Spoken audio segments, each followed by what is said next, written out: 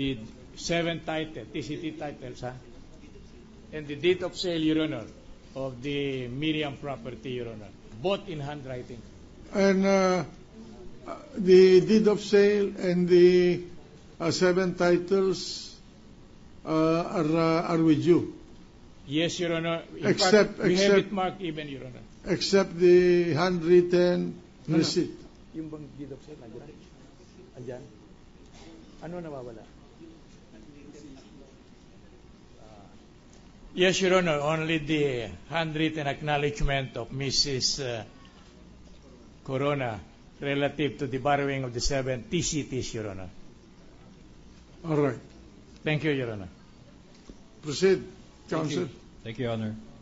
Good afternoon, Mrs. Bayuga. Good afternoon, sir. And you testified yesterday, was that by virtue of a subpoena? Yes, Your Honor. And when exactly did you receive that subpoena? Yesterday morning Also yesterday. at around 10 a.m. Okay. Now, when you received that subpoena, you were asked to bring with you the certification that you brought with you. Is that correct? Or had you already prepared that beforehand, ma'am? Beforehand, sir. Okay. Before you came to court yesterday to testify, you are aware of the Supreme Court resolution dated February, propriety of Supreme Court justices and employees from testifying before this impeachment court? Naririnig ko po yun, pero hindi ko po nabasa. Hindi niyo po nabasa. So, nung sinapina po kayo, wala po kayong ginawa na may ugnayan ho dun sa resolution na yun? Kailangan nyo bang magpaalam sa korte bago kayo nagpunta dito? Siguro po hindi na dahil yung pong first time, February 1. Meron din po akong subpoena from the prosecution. Tama po, pero February 14 ho na issue yung resolution. Ang tanong ko po, nung na-receive nyo yung inyong subpoena, which you said was Monday, in effect na ho yung February 14 resolution. May ginawa ba ho kayo? Did you have to take any steps before coming to court and testifying? Your Honor, please. Your Honor, please, you are compelled to object, Your Honor.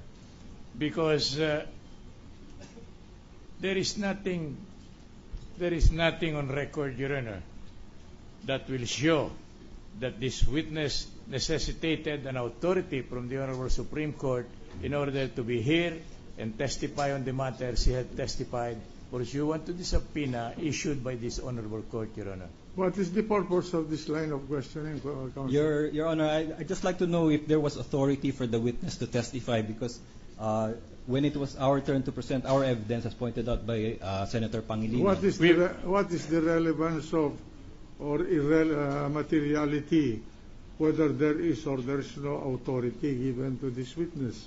We would just like to know, Your Honor, and we would also like to know if there is a different treatment by the Supreme Court of the witnesses for the prosecution vis-a-vis witnesses for the defense. I would suggest that you go direct to the point of your cross-examination. That's a peripheral matter.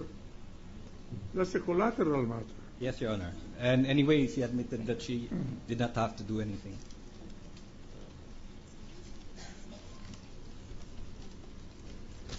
Okay, so Mrs. Witness, you said that you prepared that certification which you brought to court yesterday. You prepared it beforehand. When exactly was this, ma'am? Last February. Do you have a date? And this certification, I prepared it last March 8. Okay. Under whose instructions did you prepare it? Who asked you to prepare it, ma'am? Upon instruction of my superior.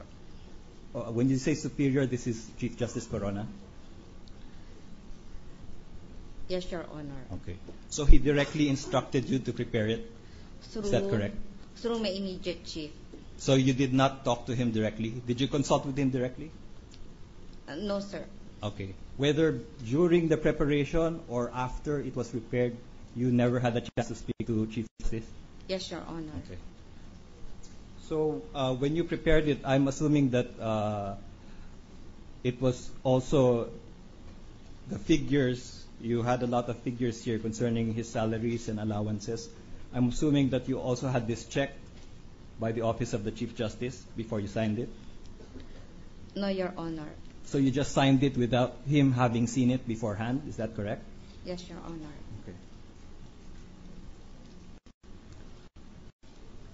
So just to recap so I can move on to another point, Chief Justice asked you to prepare this table, which you did, and you signed it, and up to today, Chief Justice has not seen this table.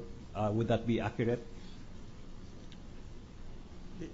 The exact, Your Honor, with the kind indulgence of the Honorable Court, the exact testimony of the witness, Your Honor, is to the effect that she was instructed by her immediate superior, who must have been talked to by the Chief Justice. That was the answer of the Your Honor, witness. the witness is here. She's competent to answer. Let the witness explain.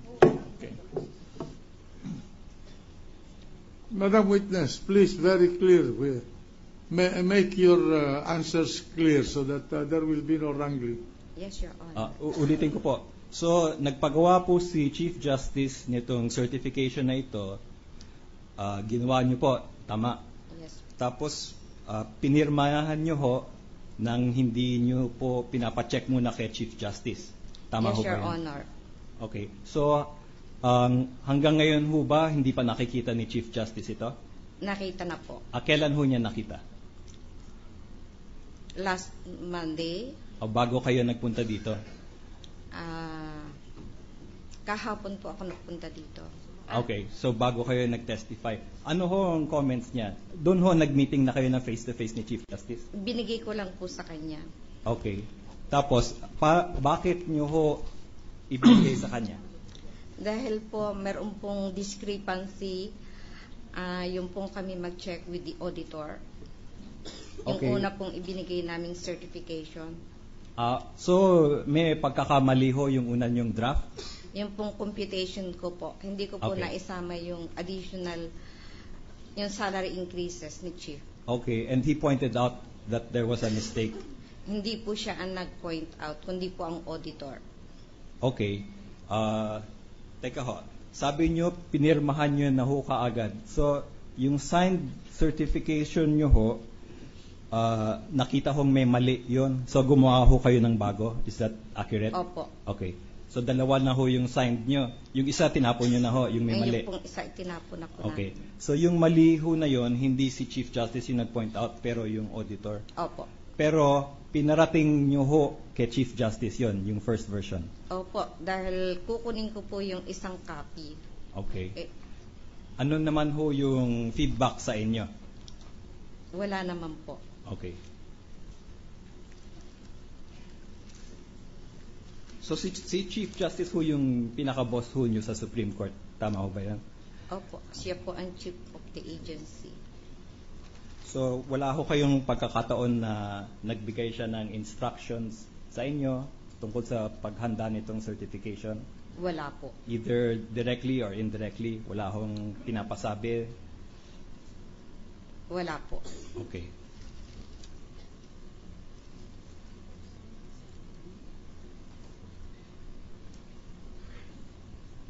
Bukod ho kay Chief Justice, may iba ba pa hong justice na involved ho doon sa pag-review at paghanda ng certification na dinala niyo? Lahat pong justices, ginawa ko po ng certification.